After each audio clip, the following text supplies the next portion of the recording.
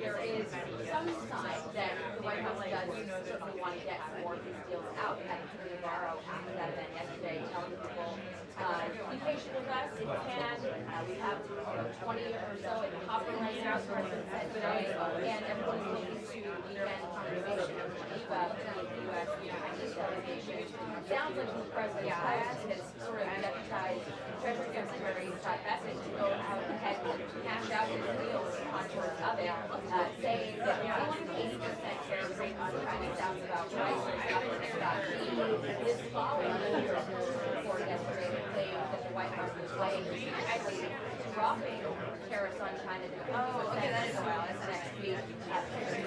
So a lot left to learn about where these deals stand, how far apart they might be as it comes to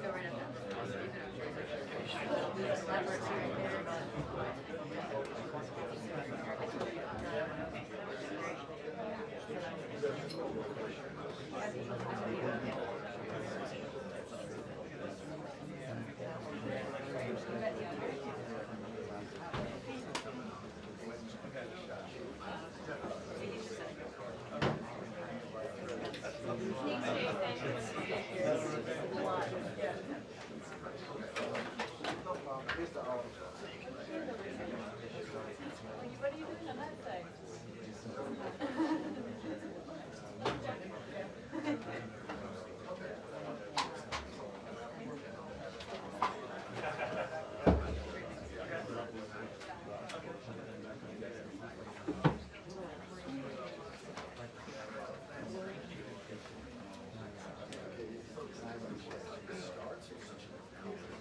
Oh, I was doing something.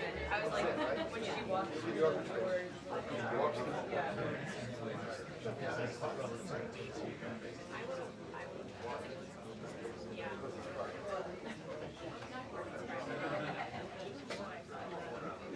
Yeah, it's all about vibes. Yeah. Go in here for the number. Yeah.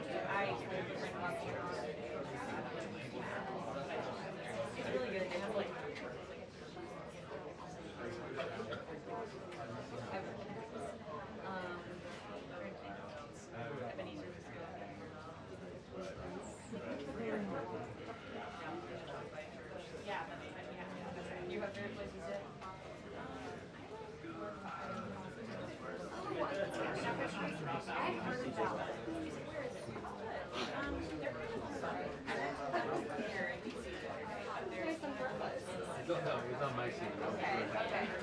We might need that for later. Yeah, and then they started in New York, so they're 4 or 5 Oh, try that. I love a good perspective. Yeah. Like, I feel like I found one for yeah. Yeah. Yeah. Swing. Everything. Yeah, it's just like yeah. Really?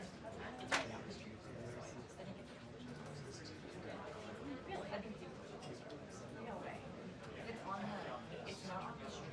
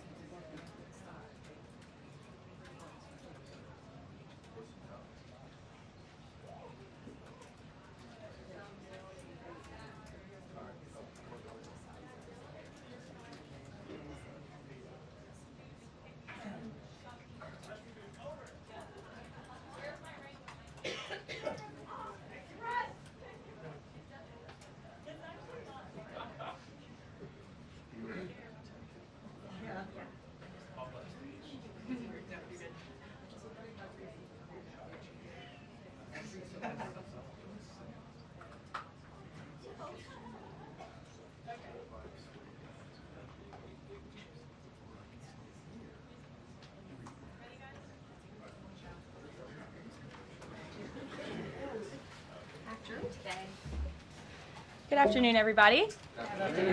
Good to see all of you. Happy Friday.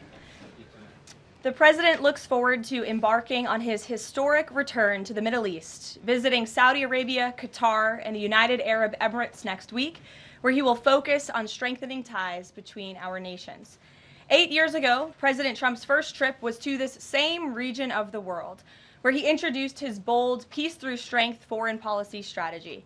On that trip, the president laid out his goal of eradicating terrorism and extremism in the region, which he successfully accomplished over the course of his administration with the total defeat of ISIS and the historic signing of the Abraham Accords.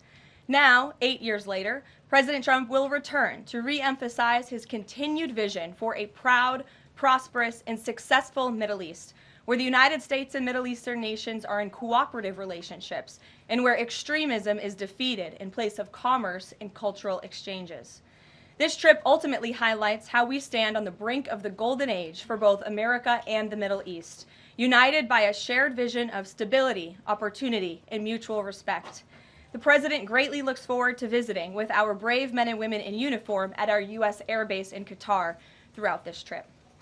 Yesterday, President Trump demonstrated the art of the deal and secured a historic trade agreement, despite all of the naysayers who said no deals were coming. That, of course, turned out to be untrue.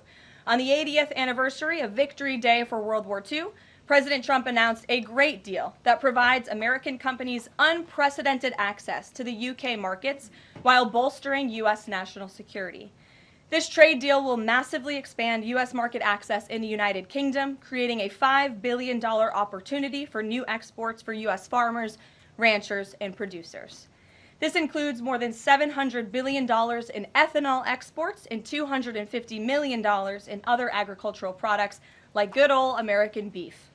The deal commits the United States and United Kingdom to work together to enhance industrial and agricultural market access and strengthens American competitiveness. Importantly, the deal also ensures streamlined customs procedures for U.S. exports. The UK will also be purchasing $10 billion of American-made Boeing planes as part of the deal. A trade agreement like this between the United States and the United Kingdom was being worked on for many years but continued to prove elusive. But because of President Trump's bold negotiating approach, he got it done. All of this happened because of President Trump's implementation of powerful tariffs to end the era of economic surrender and rebalance America's trading agreements. American workers and companies are the best in the world, and they finally have a president who has their backs, fights for them, and delivers good deals that puts them first. This is just the first of many trade deals to come. Get ready for more historic deals and our country to boom like never before. On that note, Treasury Secretary Scott Bessent and Ambassador Jamieson Greer will meet with the lead representatives on economic matters from the People's Republic of China over the weekend in Switzerland. As President Trump has said, the United States and China have been talking for some time over the course of the administration, and now teams from both countries will meet in person to continue discussions. You can be certain that President Trump and his trade team will ensure we work to achieve the best deal possible for America. In other news, the Trump administration just announced a new incentive for illegal aliens living in the United States to self-deport. Eligible illegal aliens who now use the CBP Home app to self-deport will receive a clear, safe way to leave the United States. Their plane tickets home may be paid for, and they will receive a $1,000 stipend once we have confirmation that they have left our country. This new feature will allow illegal aliens to have a planned departure out of the country and to leave as soon as possible in a dignified way. If illegal aliens make the right decision here and submit their intent to depart through the CBP Home app and pass extensive vetting, they will be temporarily deprioritized for ICE detention and enforcement action before their scheduled departure. And leaving voluntarily in this matter may improve their legal immigration options in the future. This initiative will also save massive amounts of money for American taxpayers. Voluntary departures are much more cost-effective than traditional removals. By deploying the CBP Home app in this new way, President Trump is aiming to reduce the need for costly arrests, detentions, and court proceedings.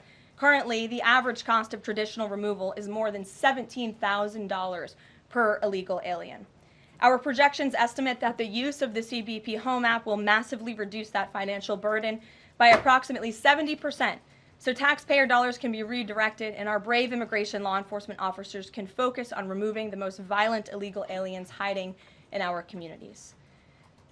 Finally, it was announced this morning that First Lady Melania Trump secured a $25 million investment in President Trump's budget to provide housing and support for youth transitioning out of foster care. And in recognition of the 7th anniversary of Mrs. Trump's Be Best initiative, the U.S. Department of Housing and Urban Development allocated funds toward the agency Foster Youth to Independence program. Yesterday, Mrs. Trump hosted a special celebration of military mothers with the president, bringing together 150 military moms from around the country to recognize their service, not just in their home, but for our country. For those of you who were there at the events yesterday like I did, I have no doubt you will join me in recognizing how truly special those moments were. So let's get to questions. Here in our new media seat today is Andrew Egger, the White House correspondent for The Bulwark. The Bulwark is a new media company launched in 2019 with hundreds of thousands of readers on Substack and more than 1 million subscribers on YouTube. Andrew, please kick us off, and thanks for being here. Yeah, thank you for having me, Caroline. The president posted another ad this week for his Trump meme coin. The group that's running that coin is encouraging people to buy in order to win a dinner this month with the president. Why is the president planning to attend a dinner for the top investors in his coin? Look, the president is abiding by all conflict of interest laws. The president has been incredibly transparent with his own personal financial obligations throughout the years. The president is a successful businessman, and I think, frankly, it's one of the many reasons that people reelected him back to this office. There are at least some people who are buying this coin who seem to view it as an opportunity to influence the president's views. There was a logistics company this week that said they would buy $20 million in the coin in order to advocate for free trade between the U.S. and Mexico.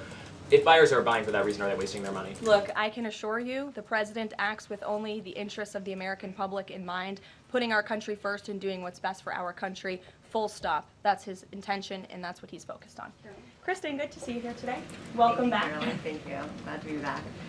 So on those China talks, what does President Trump expect to come out of those talks, and is he going to be disappointed if his team can't secure a deal? Well, look, the president is very confident in his Secretary of Treasury, Scott Bessent, and of course Ambassador Jamieson Greer, who has played an instrumental role in all of these trade negotiations as well. I think yesterday's success, the announcement of a trade deal with the United Kingdom, is a great first step. Again, many said in this room it couldn't be done. Now we are moving forward with many other countries. We're talking to dozens of our trading partners around the world. But of course, China is a major country, a major player in this space. And the president has said, and he's right, China needs the United States of America. They need our markets. They need our consumer base. And Secretary Bessent knows that he's going to Switzerland this weekend with the full support and confidence and trust of the president here at home. Jack?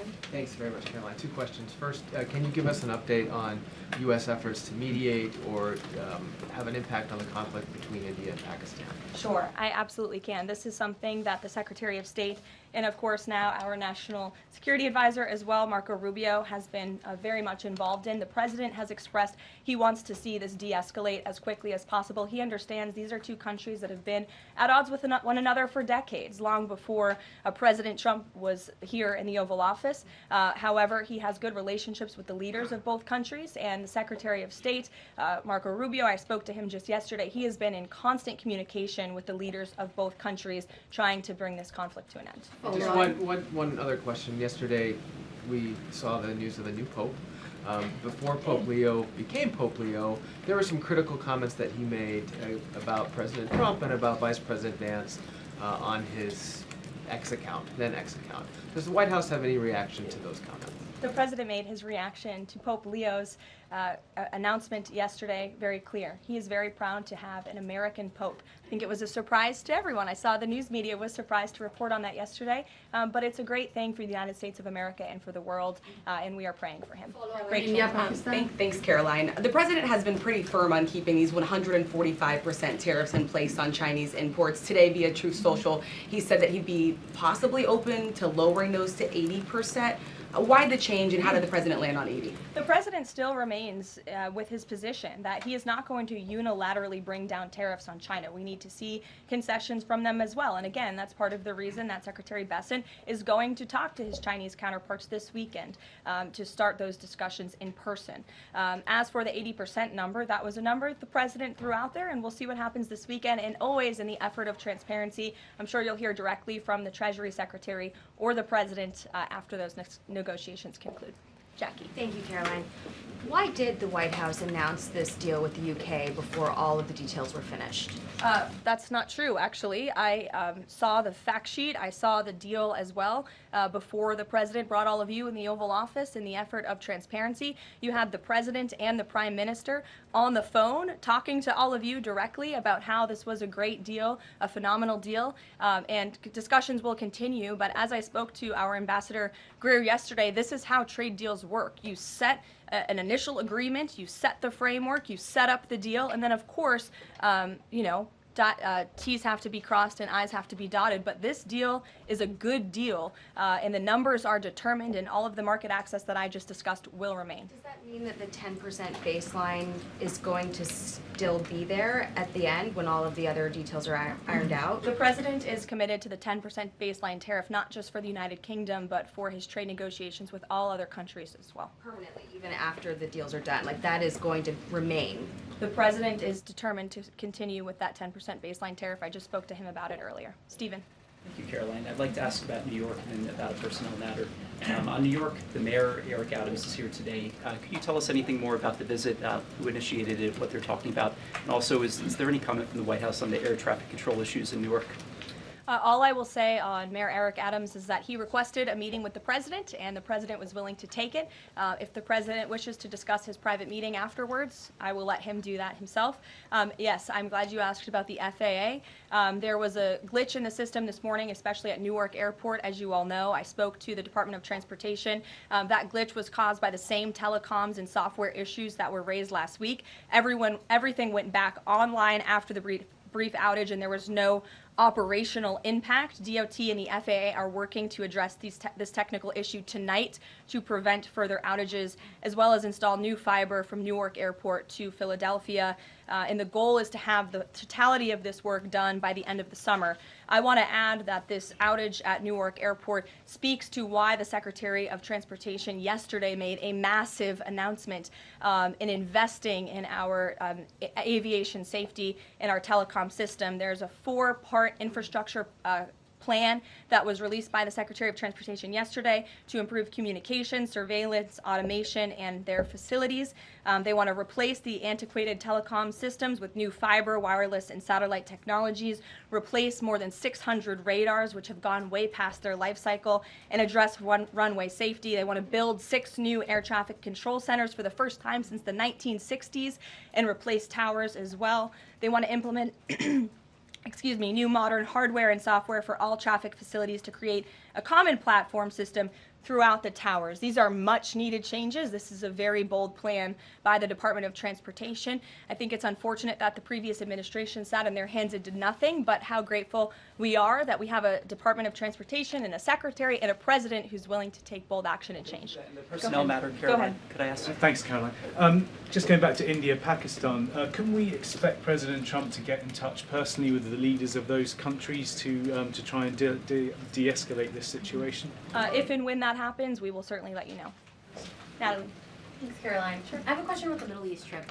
Will any of the president's family members, like including Don Jr., Eric, or Jared Kushner, be joining him on the trip? I am not tracking any of the president's family members joining us at this time, but of course the first family is welcome to come. I hope they would. They're great people, great to be around, but I'm not tracking them on the manifest. And given that you noted he is a successful businessman, do you know if the president has any plans to meet with any of the folks involved with any of the family businesses over there, or see any of the sites that are going to be Not to my knowledge, and let me just get to the premise of your question that both of you have raised. I think it's frankly ridiculous that anyone in this room would even suggest that President Trump is doing anything for his own benefit. He left a life of luxury and a life of running a very successful real estate empire for public service, not just once, but twice. And again, the American public reelected him back to this White House because they trust he acts in the best interest of our country and putting the American public first. This is a president who has actually lost money for being president of the United States. I don't remember these same type of questions being asked of my predecessor about a career politician who was clearly profiting off of this office. That is not what President Trump does, and this White House holds ourselves to the highest of ethical standards. Phil. Thank you. There's this Reuters report that the U.S. is in talks with Israel about an American-led post-war administration in Gaza. Is that accurate? Are these talks ongoing? We are in constant communication and dialogue with our counterparts and our allies and friends in Israel. Ron Dermer was here at the White House yesterday meeting with members of President Trump's team. As for the situation in Gaza, the president and his entire national security team have made it very clear we want to see the hostages released from Gaza. That is a priority for this administration. As for what that looks like, and even moving beyond that, I'm not going to get into the details of plans that frankly may or may not have even been proposed, but I can emphasize what the president holds closest in his heart right now, and that's the release of all of the hostages in Gaza. And then there's been some conservative pushback to some of these salt tax, the salt tax cap. For instance, Majority Leader Steve Scalise said that bringing back the state and local tax deduction would essentially mean, quote, 45 states are subsidizing 5 states that have very high taxes imposed by leftist governors. Is he wrong? Is it fair to ask red Indiana to bail out blue New York? Well, look, this is an ongoing discussion on the Hill. There's a lot of disagreement on Capitol Hill right now about the SALT tax proposal, and we will let them work it out. As for the tax provisions in the reconciliation bill, the priorities of this president, he has made them incredibly clear. No tax on tips for our hardworking service workers, no tax on Social Security for our well-deserving seniors who have worked their whole lives to pay into this system, no tax on overtime for hardworking Americans as well, and there's a plethora of other priorities the president wants to see in this bill. Anyone who opposes this bill will be opposing the largest tax cut in American history. They will be voting to raise taxes by the tune of $4 trillion on the middle class of this country, and we look forward to holding them accountable for that. Everyone on Capitol Hill on both sides of the aisle should be supportive of the president's tax priorities. Follow up on that? Go ahead. Sure. Go ahead, and then I'll go to your follow-up. Thanks, Caroline. So I want to follow up on the Truth Social post. So the president's saying 80% tariffs could come down. Just an announcement would be enough to lower those tariffs. Is that what he's looking for from the Chinese? Well, that's not what the president said. He said that an 80% number may sound good to him, but again, he's in constant contact with our Secretary of Treasury, who will be leading these negotiations this weekend. And historically, the Chinese have made the meeting itself a win. What does a win look like out of these meetings for the president this weekend? A good deal for the American worker and the American people. Go ahead. Thanks, Caroline. Yeah, back to the reconciliation bill. Can you just clarify the president's position a little bit specifically on the tax issue? Because in his Truth Social post, he said this morning that he would accept even a tiny tax increase for the rich, but then says Republicans probably shouldn't do it, but I'm okay if they do it. So what is it that he wants? Does he want them to increase the tax rates? The president wants tax cuts, the largest tax cuts in history. He wants to extend his historic tax cuts from 2017, and he wants to see all of the other tax priorities that I just laid out for you included in this bill as well. As for the policy proposal you're talking about, the president has said he himself personally would not mind paying a little bit more to help the poor and the middle class and the working class in this country. I think, frankly, that's a very honorable position. But again, these negotiations are ongoing on Capitol Hill, and the president will weigh in when he feels necessary. Encourage them to have a higher bracket for top earners? The president has made his personal position on this matter clear. Michael. The president's in constant communication with leaders on the Hill. Ahead of the president's trip to the Middle East, he's mentioned he wants to rename the Persian Gulf the Gulf of Arabia. Iran is now saying that doing so will bring the wrath of all Iranians. Can you talk about the support that the Gulf of Arabia has in the region and why this is important to the president? Well, first of all, the president has said he hasn't made a determination yet. That was in the news that you guys all asked him about it, and he said he wasn't quite sure. So he hasn't made a definitive decision on that yet. And secondly, Caroline, the president has shown support for South African refugees that are coming to the United States next week. Can you talk about what these refugees are fleeing and why this is a priority for the administration? Well, the president has actually signed an executive order on that matter. My office can get it back to you, Michael. But this group in South Africa has faced racial persecution. In fact, the government there has vowed to take away their farmland that they own. And so the president has talked significantly about this. As for further details on refugee claims and asylum claims, I would defer you to the State Department. Can I follow up on that? Go ahead. No, in front of you. Thanks, sorry. Sure. Thanks, Caroline. Does the administration have any response to the news today that a federal judge has ordered the immediate release of Ramesa Ozturk from detention, and particularly his comments that the government submitted no evidence other than an op-ed that Ozturk wrote last year? I will have to check in with the Department of Homeland Security on that particular case, but I think our overall feeling, we've made quite clear that lower level judges should not be dictating the foreign policy of the United States, and we absolutely believe that the President and the Department of Homeland Security are well within their legal rights to deport illegal immigrants. As for visa revocations, the Secretary of State has the right to do that as well. It is a privilege, not a right, to come to this country on a visa. But I'll check in on the specific case. My office will get you details. Sure. Caroline, yesterday the administration appears to have started dismantling the Consumer Product Safety Commission. This is the federal agency, an independent one that does recalls and is responsible for product safety. Does the administration not believe that it's important, to keep toys and cribs? I mean, you're a young mom, off of the product of the market. It's a federal agency within which branch? It's the executive branch. Who's the head of the executive branch? The President of the United States. He has the right to fire people within the executive branch. It's a pretty simple answer. Francesca. Thanks. One foreign policy one and then a domestic policy thing if I could. As far as the president's trip goes next week, is he planning to meet with the FIFA president in either Saudi Arabia or Qatar? And if so, could you give us some more details about that?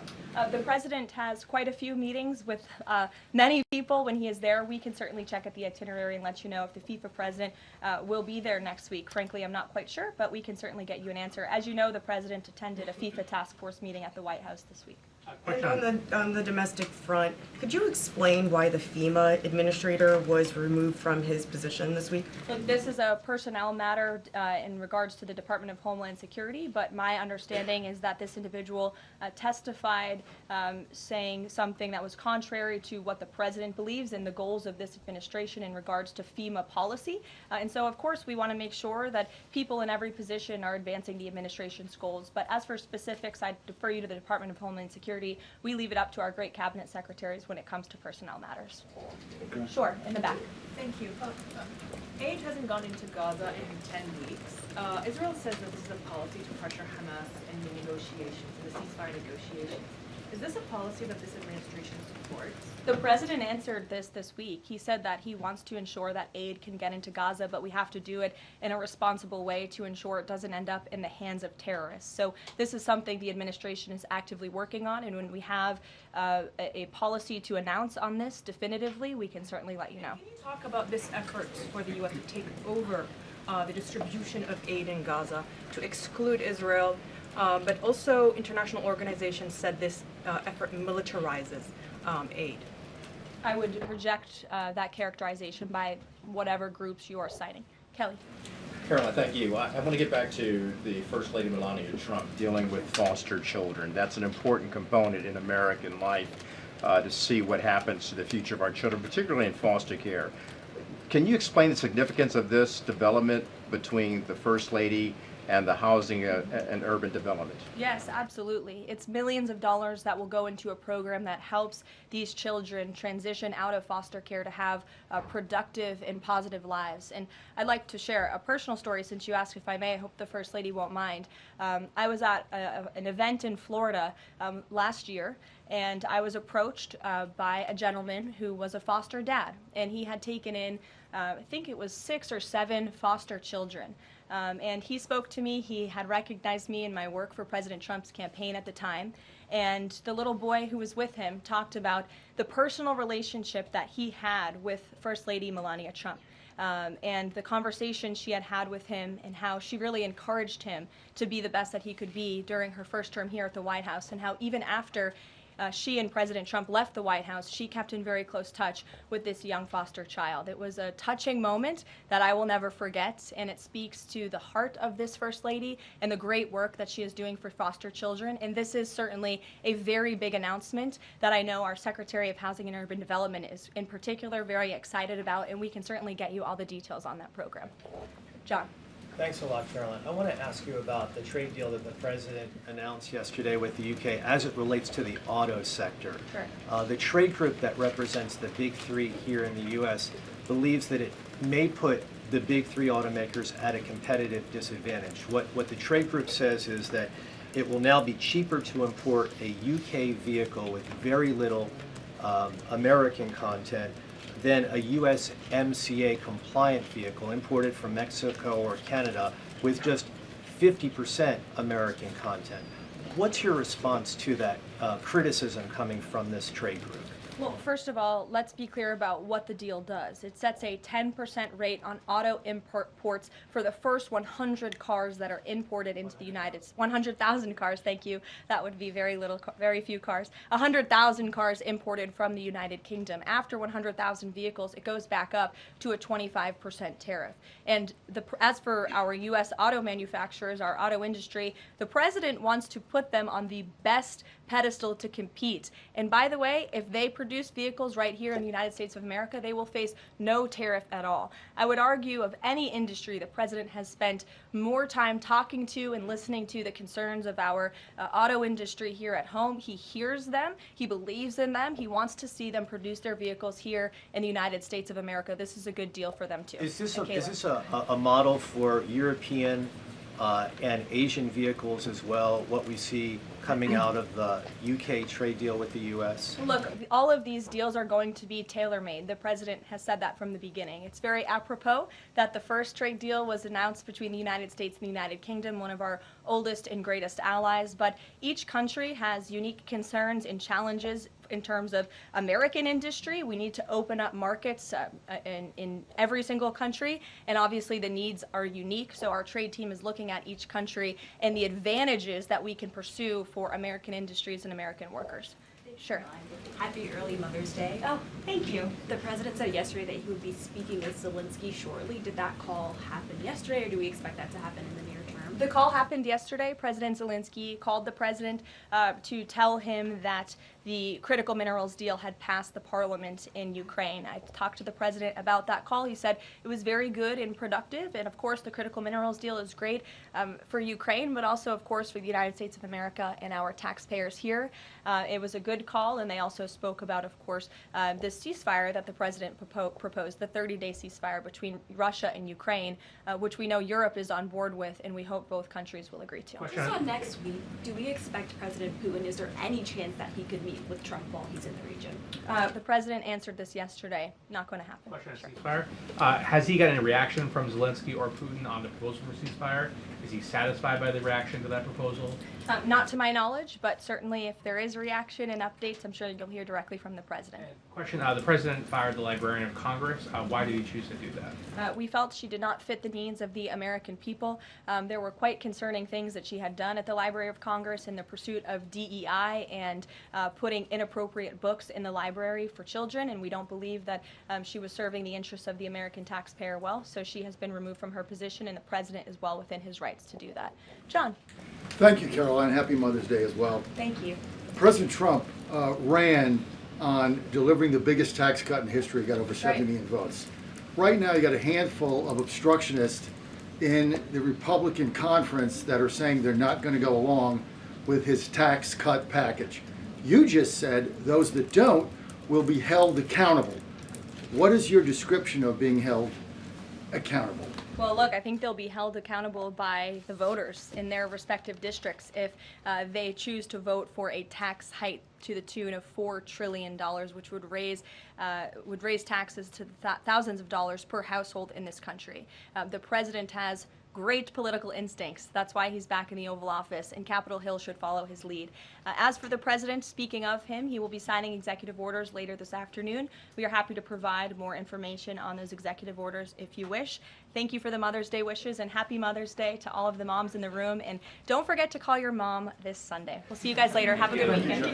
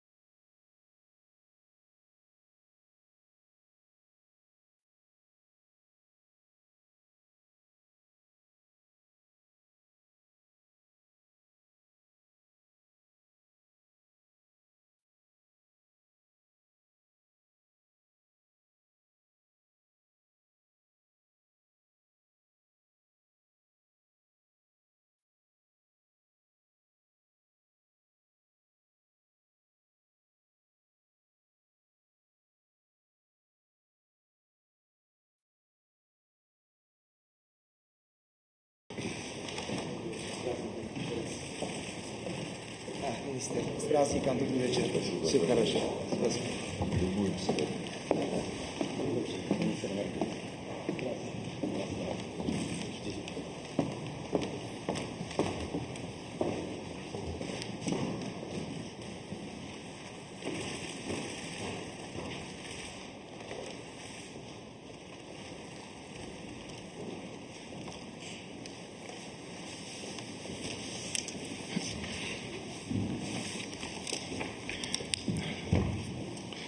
Уважаемый господин председатель правительства, дорогие друзья, позвольте еще раз поприветствовать вас в Москве.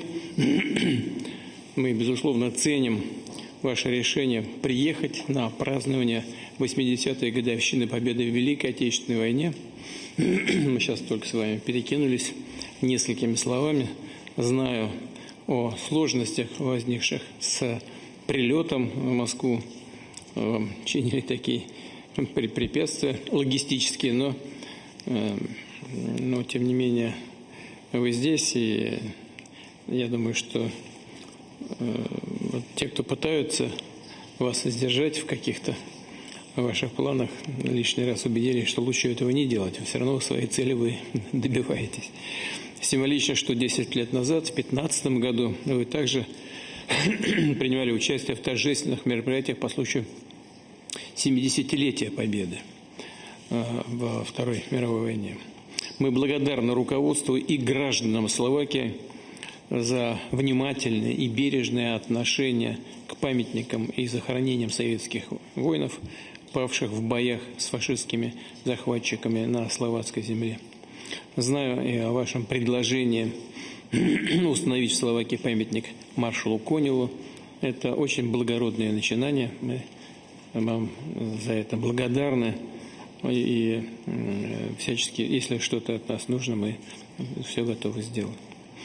В этом году ожидается завершение реконструкции Центрального военного мемориального кладбища Красной Армии Михайловцы. Значит, по инициативе посольства России в Братиславе окончательно планируется к ноябрю сего года окончание. Это крупнейшее захоронение на словацкой территории.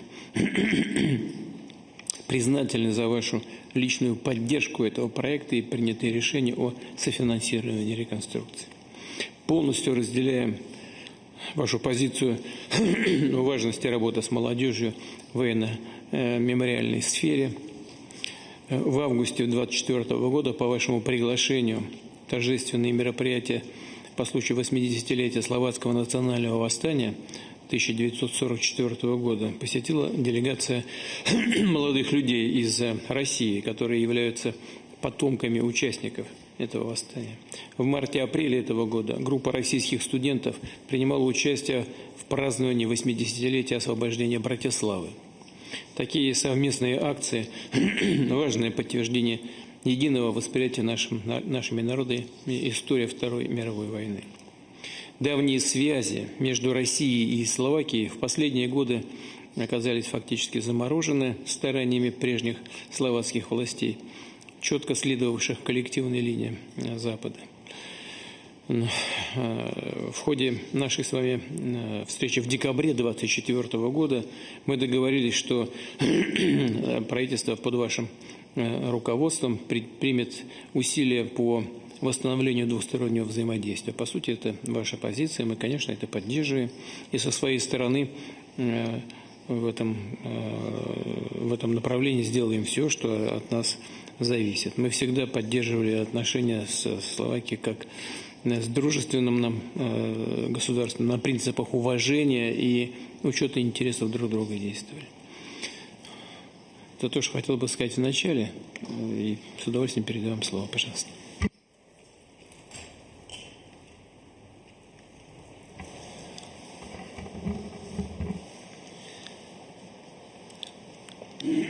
Vážený pán prezident, dovoľte, aby som vám a vašim spolupracovníkom poďakoval za pohostinnosť a starostlivosť, ktorú ste nám dnes prejavili počas našej návštevy tu u vás v Ruskej federácii v Moskve. Pán prezident,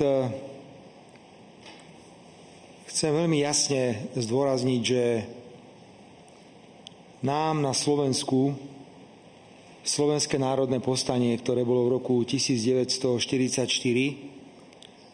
dáva určité príkazy.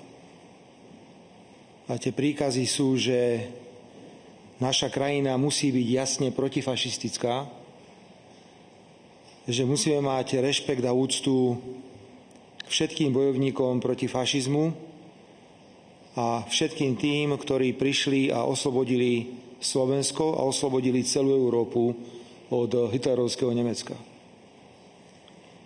Z toho dôvodu som nemal žiadnu dilemu po tom, čo som obdržal pozvanie na oslavy 80. výročia víťazstva nad fašizmom. Práve naopak, bolo pre mňa cťou, že som takéto pozvanie dostal a s radosťou som ho prijal.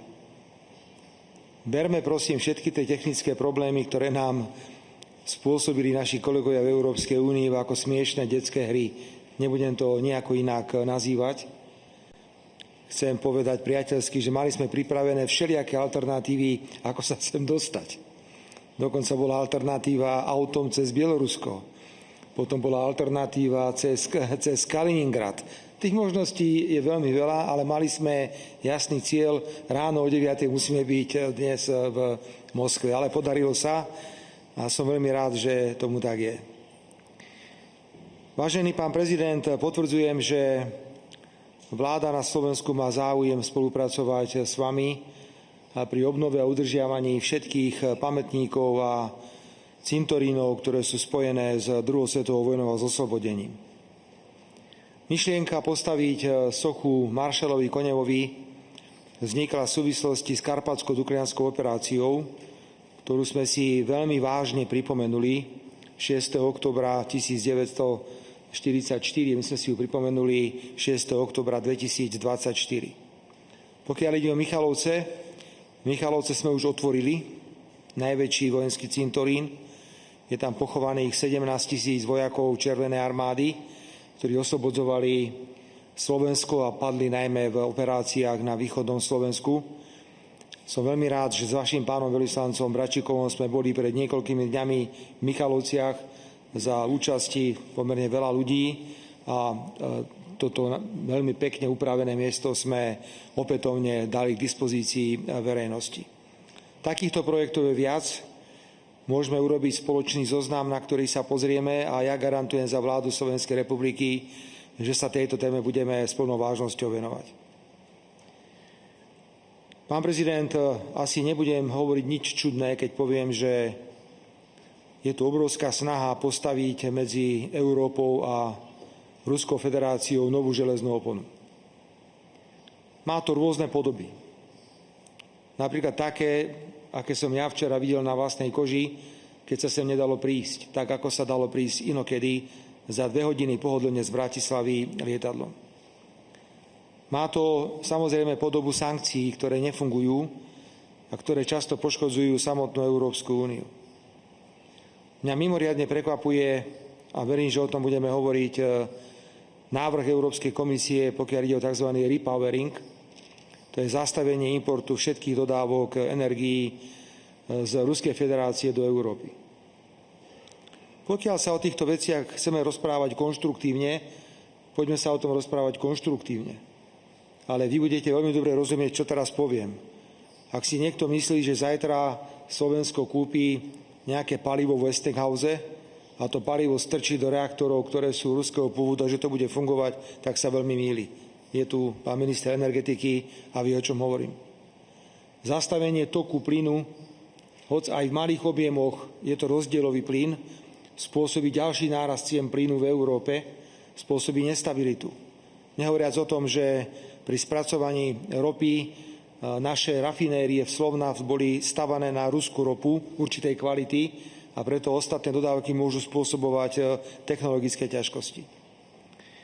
Neviem, a hovorím to tu veľmi otvorene a predpokladám, že sa to dozvedia aj naši partneri v Európskej únii, ako sa budú prijímať príslušné legislatívne akty. Ak sa príslušné legislatívne akty pri repoweringu budú prijímať jednomyseľnosťou, teda bude potrebných všetkých 27 členských štátov, dopredu hovorím, že budeme vetovať tento nápad zaviesť totálny zákaz dovozu všetkých energií z Ruskej federácii do Európy. Pokiaľ to bude kvalifikovaná väčšina, tak veľkí hráči podľa všetkého rozhodnú a bude to tak, ako povedia. Chcem zopakovať, vážený pán prezident, to, čo som povedal včera, 8. mája. My sme si dôstojne pripomenuli 80 rokov víťazstva nad fašizmom. Vláda Slovenskej republiky, opakujem vláda, cez ministerstvo obrany organizovala rozsiahle oslavy, ktorých sa podľa našich odhadov zúčastnilo asi 35 000 ľudí. Boli to celodenné oslavy a tieto oslavy potvrdili, že na Slovensku majú ľudia svoj vlastný rozum.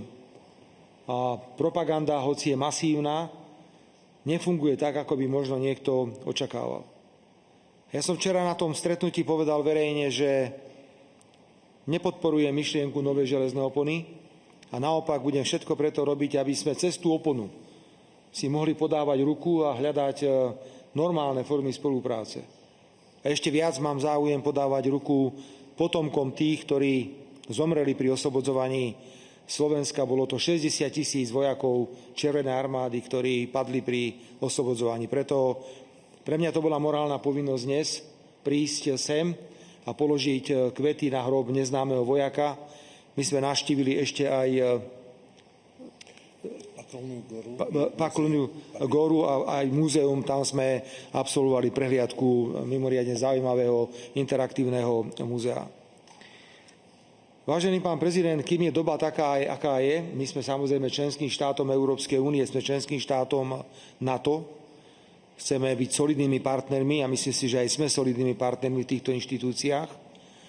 Hľadajme spôsoby rozvíjania našich vzťahov, pretože ja otvorene opakujem na Slovensku, že máme záujem na normálnych vzťahoch s Ruskou federáciou. Máme tu možnosti parlamentné. Ďakujem, že môžu sem cestovať poslanci Slovenskej národnej rady alebo Národnej rady Slovenskej republiky.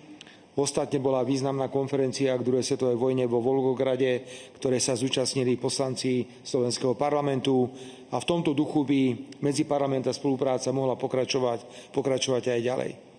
Pokiaľ ide o praktickú spoluprácu v oblasti energetiky, hlavne je to jadro v tomto okamihu, vláda Slovenskej republiky si myslí, že je prakticky nemožné ukončiť spoluprácu v oblasti jadrovej energetiky. Budeme v tomto duchu otvorene vystupovať na fórach Európskej únie a predovšetkým budeme robiť všetko preto, aby sa tie vzťahy trošku zlepšovali, pretože sú v úplne katastrofálnom stave. Dnes som dostal odkaz od pani vysokej predstaviteľky Európskej únie pre zahraničné vzťahy, že stojím na nesprávnom mieste histórie. Nie celkom dobre rozumiem tejto poznámke pani vysokej predstaviteľky Európskej únie. Ja si myslím, že našou povinnosťou je komunikovať a chcem poďakovať, pán prezident, že som okrem protokolárnych povinností, ktoré som dnes ráno mal možnosť rokovať aj bilaterálne. Stretol som sa s pánom prezidentom Brazílie, s pánom prezidentom Číny a stretol som sa s generálnym tajomníkom komunistickej strany Vietnamu, to znamená všetko významné krajiny tohto sveta. V tomto duchu mám záujem pokračovať aj ďalej. V rámci všetkých možností, pán prezident, som predsedom vlády, ktorý prejavuje záujem na normálnej diskusii. Poznáte náš názor, pokiaľ ide o vojnu. Ja tento názor prezentujem opakovane, že vojna nemá vojenské riešenie. Podporujem, pán prezident, všetky mierové iniciatívy. Či je to iniciatíva, ktorá prichádza z Číny, či je to iniciatíva, ktorá prichádza z Brazílie. My sme sa prihlásili aj do skupiny pri Organizácii Spojených národov Priatelia mieru. A veľmi by som privítal, vážený pán prezident, pokiaľ by sme mohli dostať nejakú informáciu, ktorá sa dotýka najaktuálnejšieho vývoja, pokiaľ ide o konflikt, ktorý je stále na stole.